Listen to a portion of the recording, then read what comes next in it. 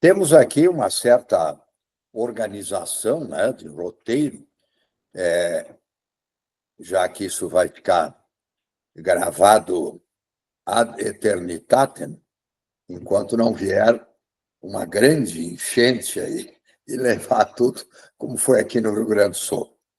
Então, já que me foi apresentado um certo roteiro para organizar melhor essa nossa entrevista, né?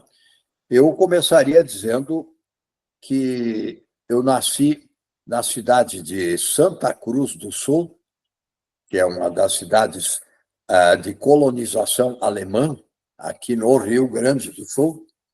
E como meu pai era jogador de futebol na época, assim como eu, depois tive que dar um segmento amadorístico nisso, a minha infância acabou não sendo nesta cidade com os costumes assim alemães, né? Nesse sentido, porque ele foi contratado quando eu tinha 1 ano e meio de idade para jogar em Caxias do Sul, que é uma cidade de colonização italiana. Então, eu nasci numa cidade eminentemente alemã e me criei numa cidade de costumes italianos, por causa do futebol. Sempre esteve envolvido na nossa vida, assim, minha e do pai. Em Caxias do Sul, frequentei um colégio só, na época, né? Nós estamos falando em 1947, no colégio. Né? O meu primeiro ano de colégio, nós estamos falando em 1947. Como eu já tinha aprendido em casa, com a minha mãe, o alfabeto e alguma coisa de leitura, os irmãos laçalistas desse colégio, ao término do primeiro ano, me passaram para o terceiro ano, primário, que se chamava. Pulei o segundo. Com isso, fez com que eu tivesse uma certa precocidade no decorrer do tempo. Frequentei sempre o mesmo colégio, eram 5 anos chamados de curso primário, 4 anos de ginasial e 3 anos, hoje seria ensino médio, na época era o curso científico. Ao término desse curso científico, eu tinha 17 anos. E isso já estamos no ano 1958. Aí fez vestibular para a Faculdade de Medicina, na Universidade Federal do Rio Grande do Sul, aqui.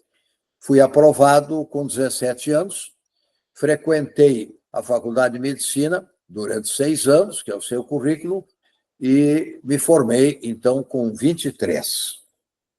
Minha família, eu tive uma infância muito feliz, uma infância que eu me recordo assim, sem desavenças maiores familiares, com muito afeto, com muito amor, muita dedicação, a família relativamente humilde, onde o pai trabalhava, a mãe fazia doces para fora, eu levava os doces nos bares próximos ali, para entregar quando ia para o colégio, aquelas coisas, mas o mais importante é a união, a unidade familiar, para que a gente adquira lá os conceitos e os valores da vida.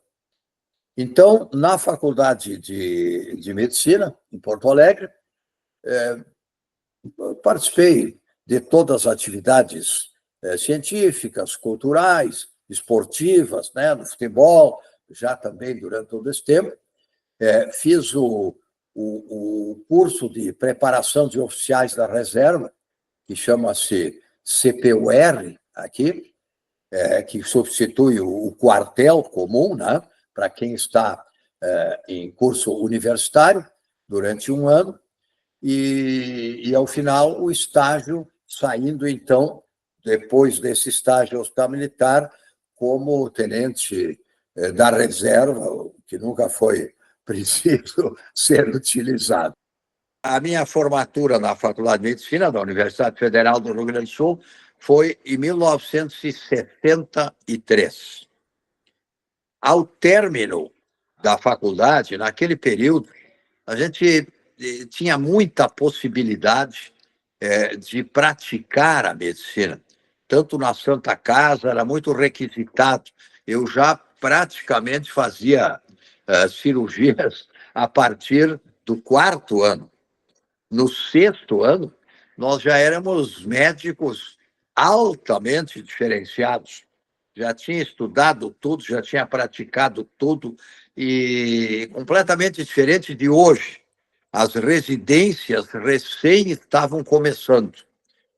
Como eu gostaria de ir para o interior, eu queria fazer um exercício da medicina, a exemplo, que era muito lido na época, um livro do Cronin, inglês, chamado A Cidadela.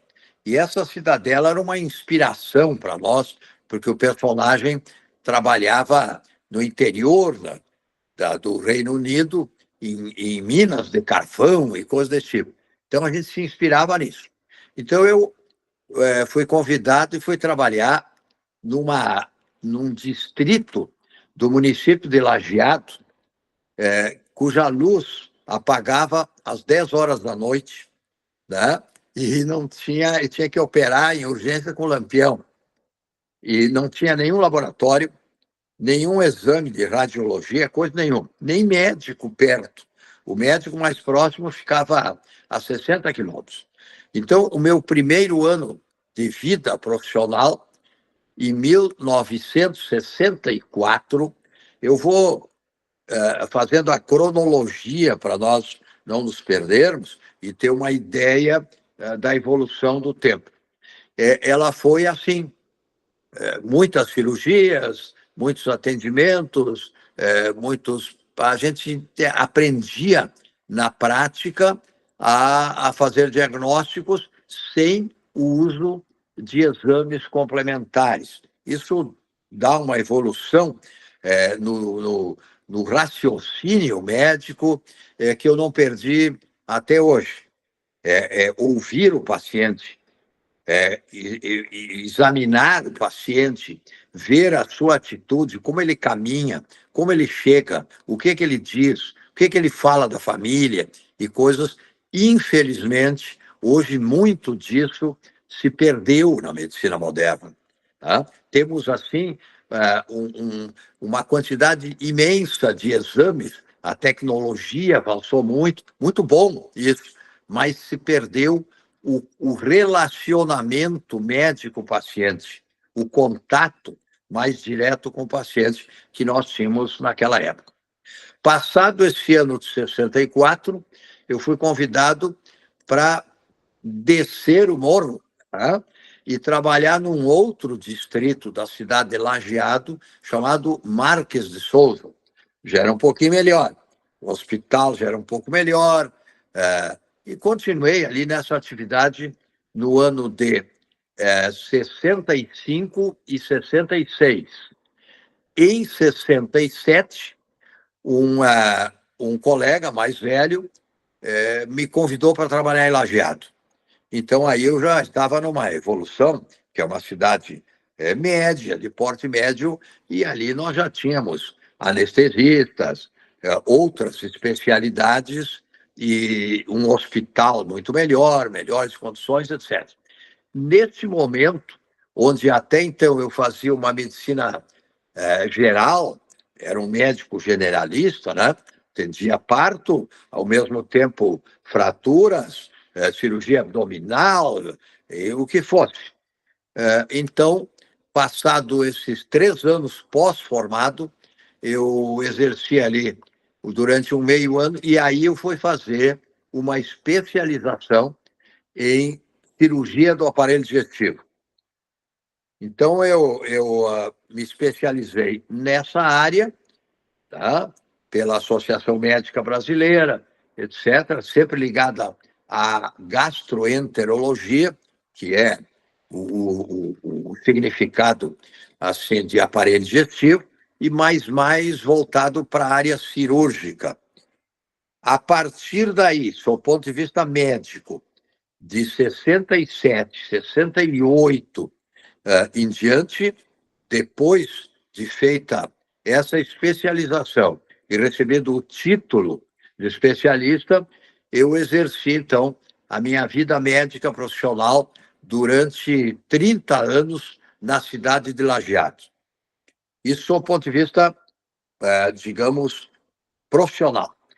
À medida de 67 em diante, dada o meu perfil e característica de uma certa liderança assim, na época, e está sempre envolvido com movimentos associativos, eu logo fui eleito presidente da Sociedade de Medicina da região, chamava-se Sociedade de Medicina do Alto Taquari, e numa desses mandatos, nós ouvimos falar que na cidade de Santos, em São Paulo, teria surgido, pelo médico Edmundo Castilho, uma novidade nessa questão de prestação de serviços médicos. E que essa novidade se chamaria Unimed. Tá? Então, nós sabemos que a primeira Unimed fundada no Brasil foi realmente em 1967, na cidade de Santos, por ele e por uma outra equipe. Mas, para nós, essa notícia lá no interior do Rio Grande do Sul chegou 3 anos depois.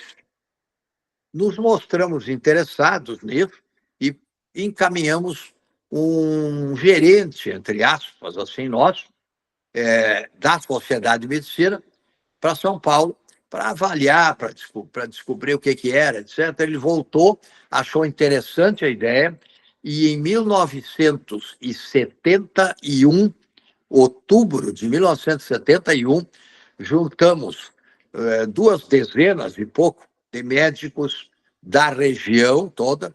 É uma região muito grande. Lajeado é o centro de uma região de mais de 54 municípios, que todos caem ou se dirigem, do ponto de vista médico, a essa cidade. Então, fundamos a Unimed, que hoje chama-se Vales do Taquari e Rio Pardo.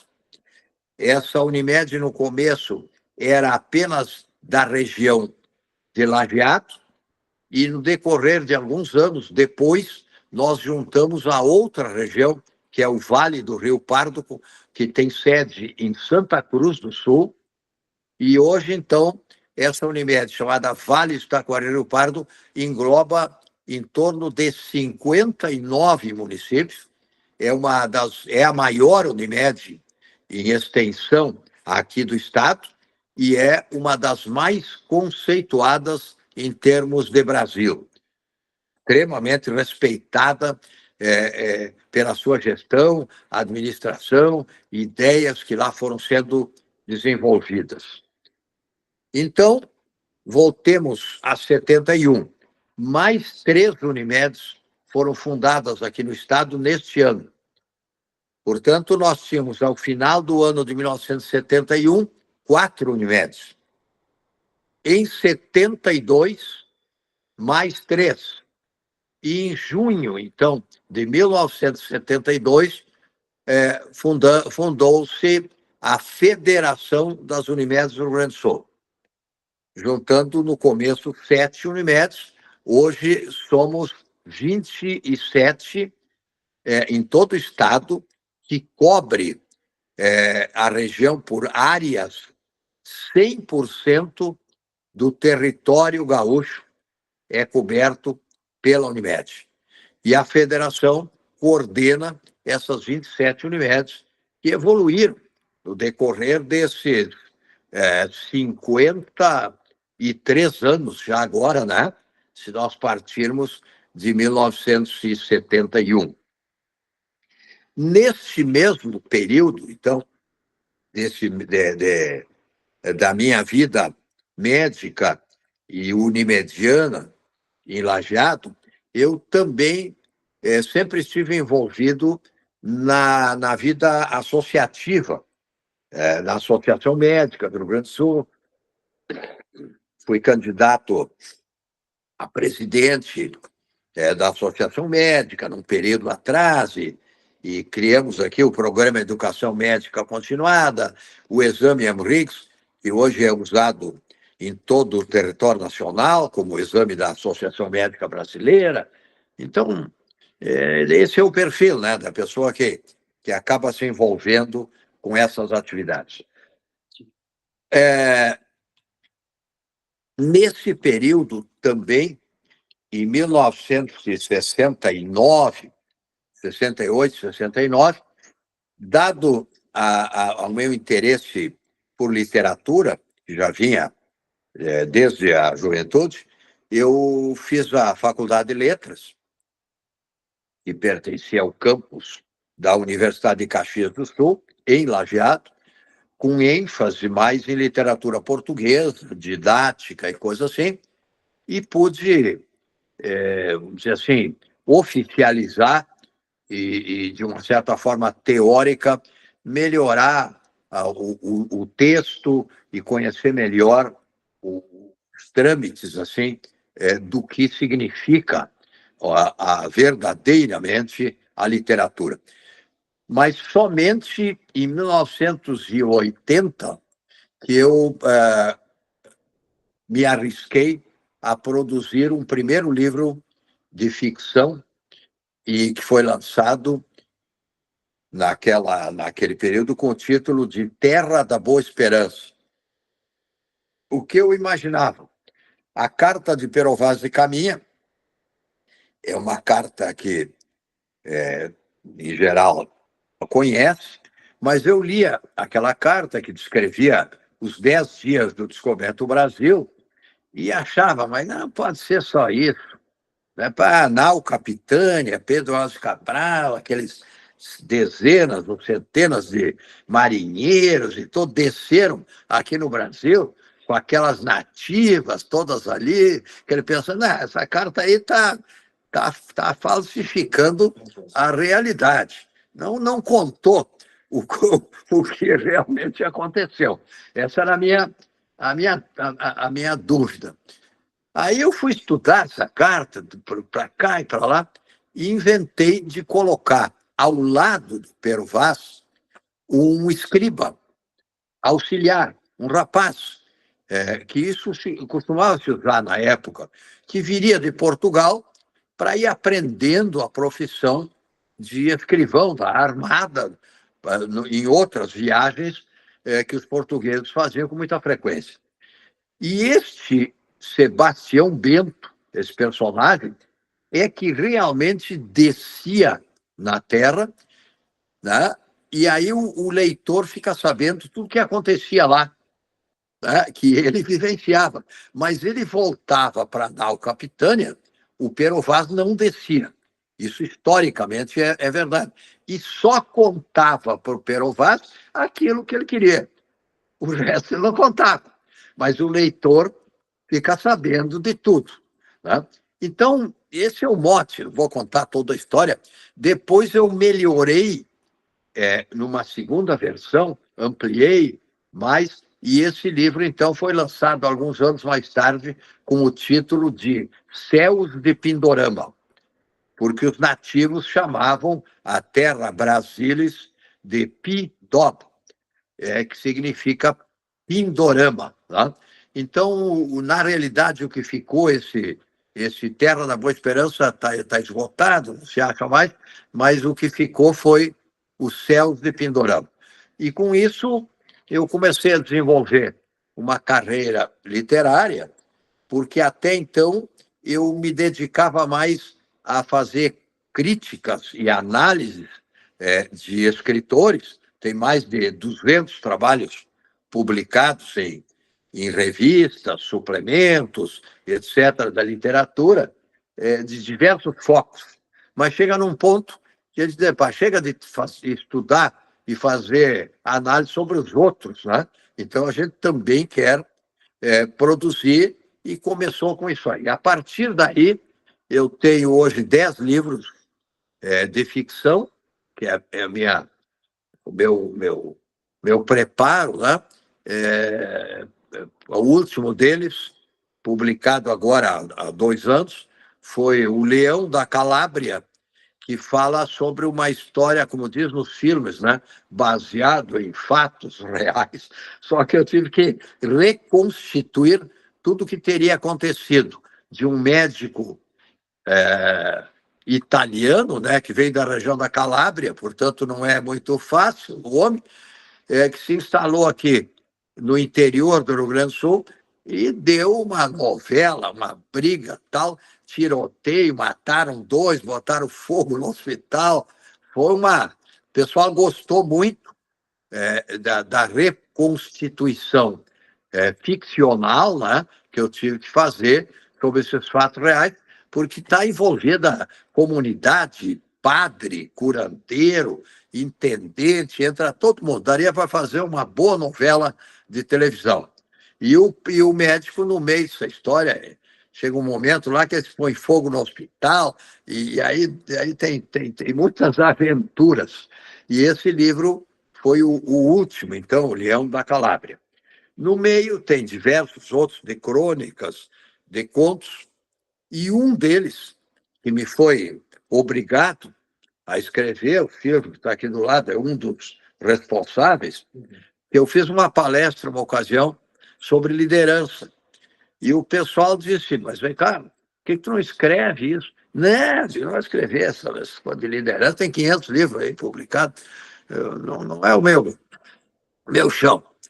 Mas tanto fizeram que eu acabei escrevendo um livro com o título Liderança Duradoura. Ele anda por aí, nas Seguros, em outros lugares. E aí eu fiz, baseado nos meus 50 anos de liderança, e usando, assim, cada capítulo um princípio. Eu baseei, assim, em princípios e valores. Quer dizer, um princípio, por exemplo, credibilidade, transparência, coragem, enfrentamento de situações difíceis. E assim foi. Cada capítulo ele aborda um princípio e com histórias minhas, reais, que são citadas ali em determinados momentos, assim, onde a gente teve que agir de acordo com aquele princípio. E esses princípios, né, eles são duradouros.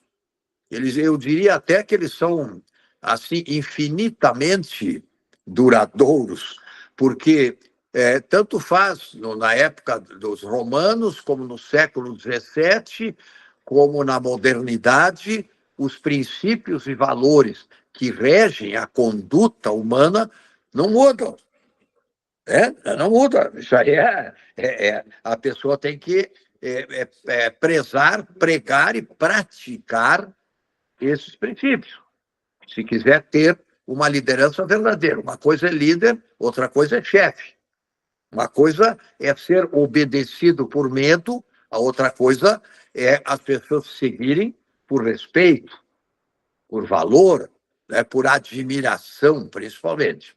Bem, então, com isso, eu acho que fiz um retrospecto tanto do associativismo quanto da minha atividade literária, para não me estender mais sobre essa questão, e com isso ficaria praticamente completada essa primeira parte aí da vida acadêmica, da vida dos primeiros anos na medicina, do envolvimento inicial com a Unimed, complementaria ainda dizendo que depois de algum tempo da fundação, uns 6 ou 7 anos depois, então, de 71, vamos cair aí em 77, 78, 80, talvez, eu fui eleito presidente dessa Unimed do interior. E lá fiquei por 2 gestões. E nessa segunda gestão, fizemos um movimento aqui, porque a federação estava muito estagnada, não tinha muita atividade, e os demais companheiros aí das outras Unimedes me elegeram presidente da federação, na época, né? E então eu estou há 40 anos como presidente da federação. Era para ser um período, depois dois, e a coisa foi se estendendo, e essa repetição, essas reeleições, quando as pessoas me perguntam, mas como tanto tempo e tal, elas perguntam para as Unimedes, perguntam para os presidentes das Unimedes, e eles é que têm que responder. Eu não forço nada, entende? É uma exigência aqui dos presidentes, no sentido de que a gente conseguiu manter uma união, uma unidade de propósitos e princípios, o que fez com que a federação tenha progredido. Nós não temos, na realidade, nenhum problema de ordem política maior, nós não temos, assim, problemas de gestão, nós não temos problemas financeiros. Nós temos depois, num próximo bloco, mais adiante, eu vou falar bastante sobre isso, mas só para, de certa forma, dizer, eu estou preparando já há mais tempo as lideranças, né? Porque a gente tem que chegar um momento e tu mesmo encontrar essas substituições nas diversas áreas, continuar participando, mas ir repassando aos demais, que não é difícil destacar e descobrir novas lideranças depois de todo esse tempo, que tem que cumprir aqueles princípios e, principalmente, a lealdade interpares, né? Que isso é que nos ajuda muito a progredir com a honestidade, com a verdade, com a sinceridade e por aí adiante. Uma coisa fundamental para mim e que eu esqueci naquela questão, quando falava em vocação pela medicina, vida acadêmica, atividade literária, etc, etc. Uhum. Essa parte, eu considero ainda hoje, passados tantas décadas, como fundamentais no desenvolvimento, assim, da minha vida pessoal e profissional e de liderança. Foi um fato que consta nesse livro que eu escrevi, Liderança Duradoura, e que tem até um cartoon lá sobre isso, uma coisa um tanto quanto fora do habitual ou da linha. Quando eu terminei o curso ginasial, que era, eu já expliquei na época, antes de entrar no curso médio, né, que na época era o científico, eu tinha 14 anos. Devia pesar uns 40 quilos, magro, sei lá o quê. E os professores, os irmãos laçalistas, me chamaram nas férias e me disseram o seguinte: tu não quer licionar à noite para um grupo de pessoas adultas que deixaram de estudar e agora eles querem retomar assim o básico para poder fazer uma espécie de vestibular, entre aspas, para ingressar de novo já no curso ginasial. Aí eu disse, olha, tá bom, aceitei. E eu, então, com 14 anos e meio, passei a ser professor do curso noturno, lecionando português, matemática, história e geografia, durante 3 anos, até completar 17, quando fiz vestibular, e fui embora de Caxias para Porto Alegre, para 20, 25 alunos, todas as noites, das 7 até as 10, E aí eu ia nas aulas pela manhã, estudava à tarde para o vestibular e lecionava à noite. Ninguém me explicou como é que eu deveria fazer ao entrar na sala de aula, o que eu deveria passar para eles, como eu deveria me comportar, qual seria a coisa. Eu aprendi tudo sozinho à medida que fui levando as pauladas, né? Primeira semana, segunda, terceira, quarta, fui procurando livros, fui me aperfeiçoando, como dominar um grupo de alunos, como passar isso aí, etc. E tal. Então, aos 17 anos, eu era um professor velho, né? Porque eu já tinha 3 anos, todas as noites, lecionado. Isto, para mim, hoje, acho, representa o ponto mais importante da minha vida, porque ali que eu tive que lidar com a liderança, ali que eu tive que tomar decisões, apontar caminhos, resolver problemas numa sala de aula, onde aconteciam situações as mais variadas. Então, esse autoaprendizado, acho que significou muito para a minha vida posterior. Isso, então, complementa o que eu já tinha exposto nessa segunda etapa do que eu vejo aqui da nossa entrevista. A próxima etapa, pelo que eu vejo aqui, foi conselheiro de administração da Seguros Unimed. Então, como eu era presidente já da federação, na época, né, eu fui convidado para participar como conselheiro e ali pude aprender alguma coisa, não muito, não é o meu perfil, esse assim, nessa linha, né,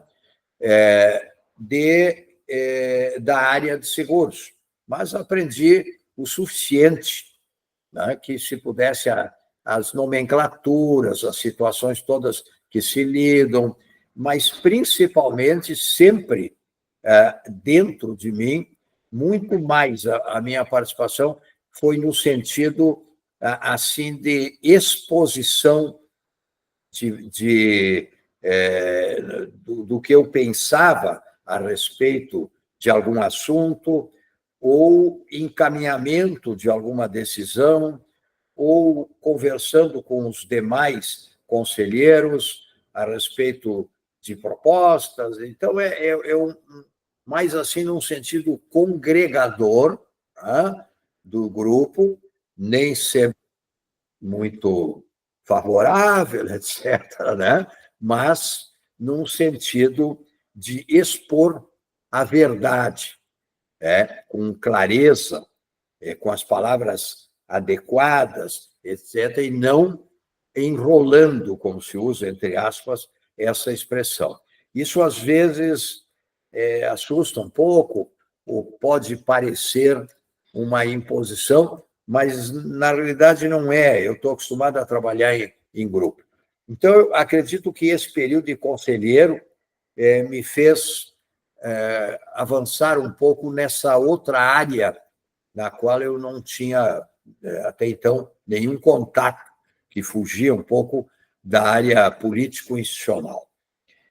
A partir daí, o que aconteceu foi na primeira eleição, do doutor Eudes de Freitas Aquino para a Unimed do Brasil. Naquela ocasião,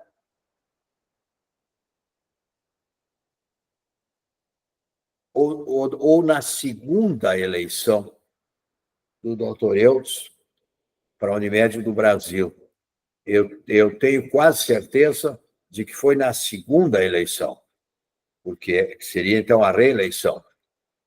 Havia sempre um certo encaminhamento assim, de que eu fosse presidente da Unimed do Brasil, não haveria outra chapa, etc., pelo tempo que já estava ali, pelo jeito, pela maneira, mas eu não tenho essa vontade, não tinha, né? E tenho muitos compromissos aqui no Rio Grande do Sul, e tenho uma dedicação há muitos anos exclusiva à federação, por isso que nós criamos todo esse sistema cooperativo empresarial aqui, e nunca me atraiu esse convite. Mas o doutor Eudes me disse, naquela ocasião, então, tu fica conosco aqui, de alguma forma que não tenha, assim, muito compromisso de ter que ficar aqui 3, 4, 5 dias da semana, mas fica junto, porque é importante a tua presença no núcleo, etc. e tal. E nós vamos te recomendar para presidente da Unimed Participações. Aí eu fui ver o que era essa tal de Unimed Participações, ninguém sabia o que era isso. Na época, perguntava para que serve a Unimed Participações. Era uma pergunta que comumente era feita. E eu mesmo, durante o primeiro ano, muitas vezes repeti isso em reuniões. Para que serve a Unimed Participações? E aí eu dava uma resposta daquilo que eu tinha aprendido até então. Né? Então, teria sido nessa época. Foi quando a presidência estava com o doutor Robertson, do Paraná, e ele se dispôs, não foi numa eleição, ele se dispôs a sair da presidência, conforme tinham combinado anteriormente, para dar lugar.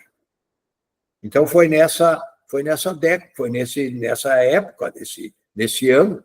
Se eu fiquei 10 anos, como consta aí, né? Alguma coisa deve ter sido assim, porque eu saí em 2021, então fecha. Né? Então, eu cheguei na Unimed Participações, no primeiro, segundo dia, entrei, ali era uma sala que era emprestada naquele edifício da seguradora, o antigo, né? Que ainda está lá hoje reformado, e fui procurar onde é que estavam os funcionários. Então, tinha um 12º andar, e no 12º andar tinha uma escada, uma escadinha do lado, e uma sala lá em cima. Aí eu subi aquela sala, disse, mas é aqui a Participações? Né? O Silvio está aqui, acompanhou todo esse tempo, e entrei lá, todo mundo numa sala só, trabalhava em conjunto, o gerente, o Luiz Carlos, e a Luciana, a secretária, a Beth, os demais, e tudo ali junto. Eu disse, mas vem cá, como é que vocês... Isso aqui é o método de participações, 7, 8, aqui, dentro de uma mesma sala, por isso que a coisa não vai, né? Não tem...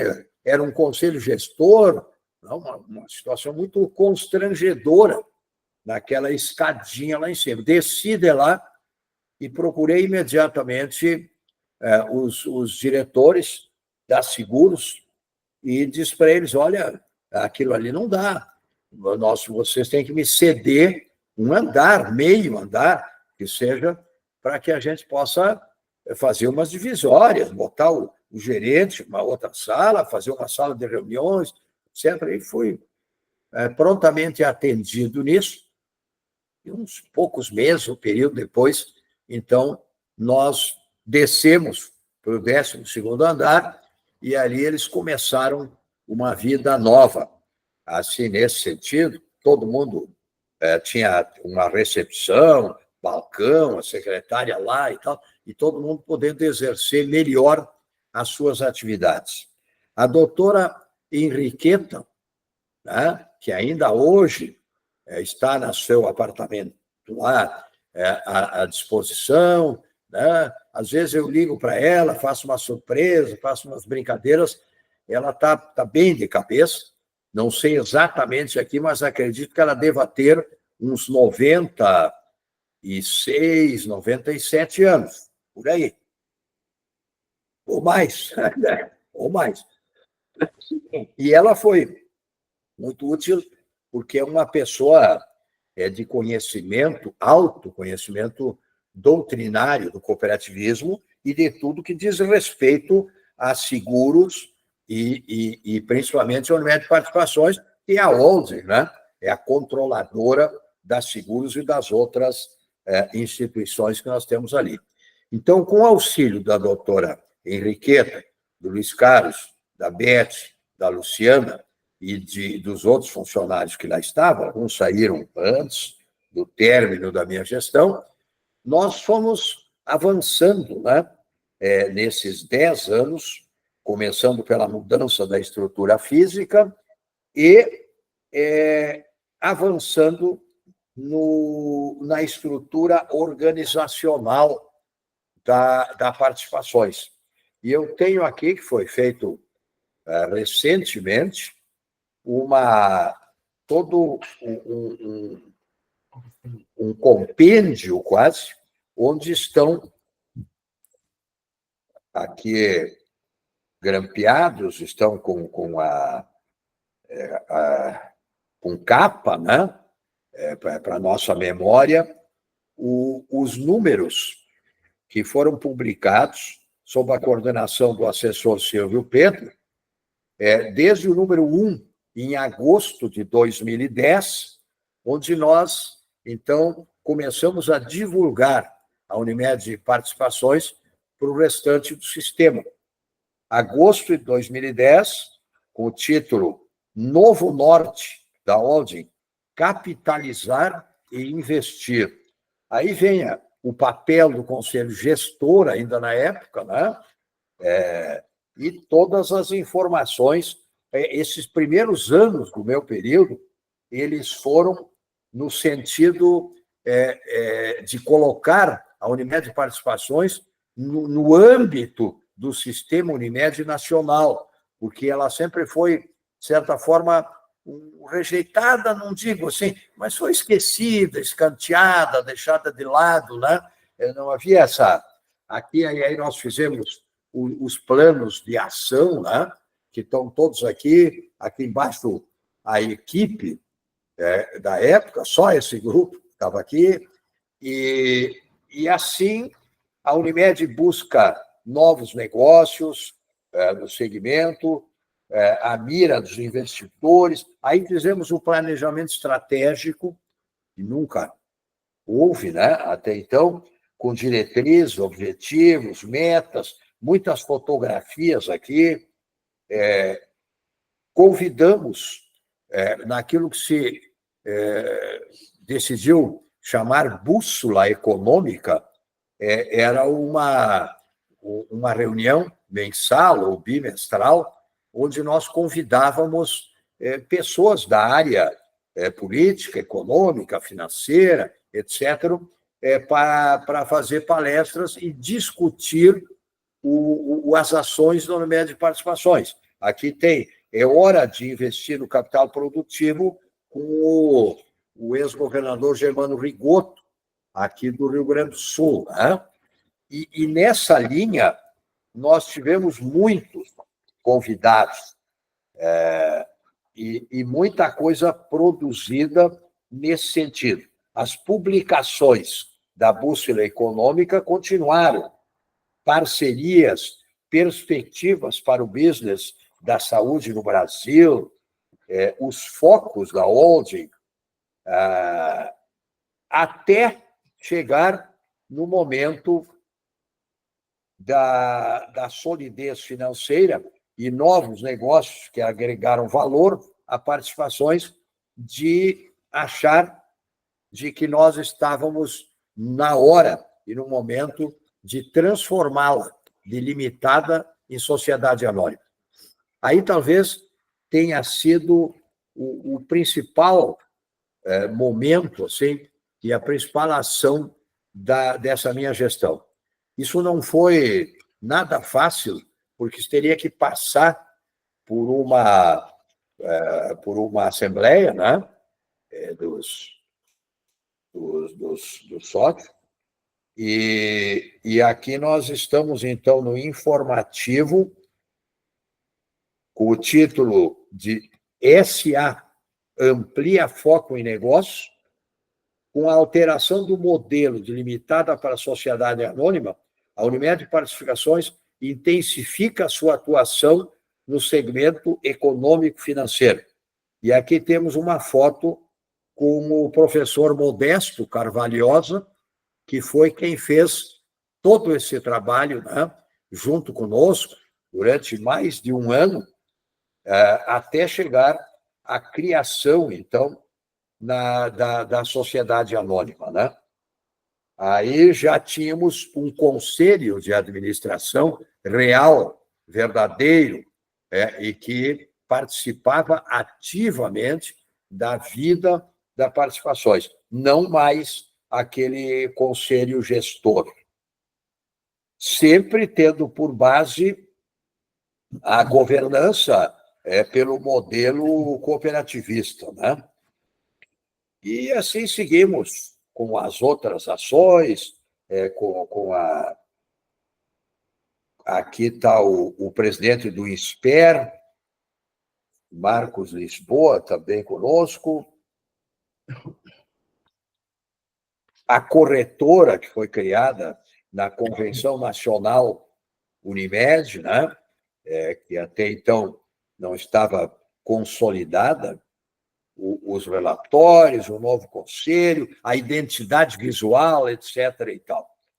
O benefícios em medicamentos genéricos, essas ações desse tipo, eu não vou me deter aqui a mais, mas o mais importante que eu considero hoje, mesmo que tenha levado muito tempo, foi essa consolidação da Unimed Participações no cenário do sistema Unimed amplo do Brasil, que estava completamente escanteada, fora e que não existia, e com todo esse trabalho que a gente desenvolveu aí.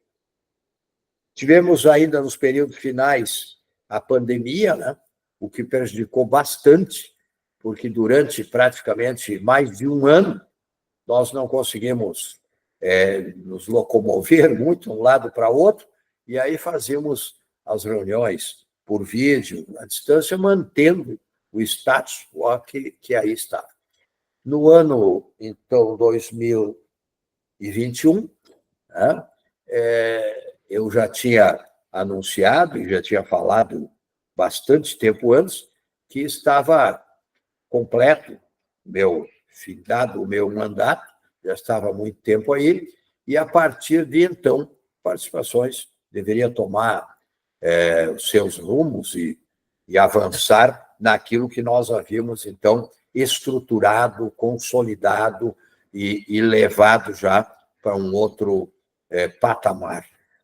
Então, saí em 2021, e 2021 houve aquele impasse político nacional do sistema também, onde uma grande mudança e eleições fizeram com que se rompesse o que até então sempre existiu, que era aquele acordo nacional, né?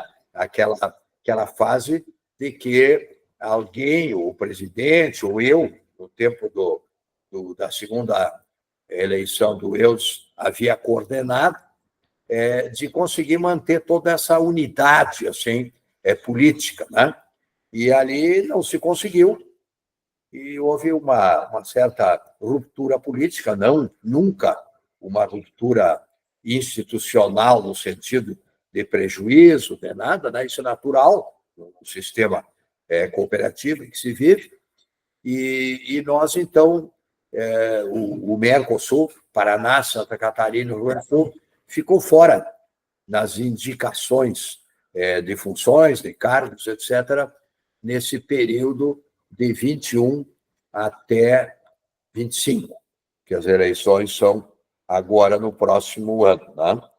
E eu indiquei, por causa dos acordantes, né, que é o G20, então, alguns representantes aqui do nosso estado, que participam das reuniões, que estão dentro dos avanços, dos focos e do caminho que as participações e as demais unidades cooperativas ou não têm sentido e têm seguido nesse período. Então, acredito aqui que já falei sobre a estrutura organizacional, o relacionamento com o sistema Unimed, esse período até 21, depois dos 4 anos, a bússola econômica, a mudança para a sociedade anônima, que foi em 2017, para fixar a data, a corretora digital, e falta as perspectivas para o futuro no papel da Unimed de Participações. Sim, nós temos aí essa plataforma de negócios que foi fixada lá naquele período. Alguns desses deram seguimento na administração atual, depois do ano 21. Então, o que nós desejamos, assim, ao final, é que agora, em 2025, conforme está se encaminhando, pela coordenação do Dr. Omar, que é candidato à reeleição da Unimed do Brasil, e com o qual, passado aquele impasse anterior, veio nos procurar, e estamos fazendo uma parceria, né, para voltar àquela unidade de que nós tínhamos no passado. Então, nós estamos todos em conjunto, tentando auxiliar a coordenação do Dr. Omar, já como candidato a presidente reeleito, né, em março de 2025, no próximo mandato, e o doutor Paulo Faria, presidente da Federação do Paraná, como candidato a vice-presidente da Unimed do Brasil. Estamos numa fase agora um pouco atrasados, em dezembro, né, para a composição dos outros nomes, né, da Unimed Nacional, esse CNU, que está complicado lá, a coisa não está muito difícil de compatibilizar, e da Unimed Participações, da Seguros, da Faculdade Unimed, do Sincomed, etc. e tal. Tem lugar para todo mundo que queira trabalhar, que queira participar num sentido de disponibilizar seu tempo, seu conhecimento, seu perfil, sua vontade nessas nossas instituições. Não tem lugar para quem quiser aproveitar um momento como esse e se situar em diretorias. Espero que isso agora seja, de toda forma, assim, muito respeitado.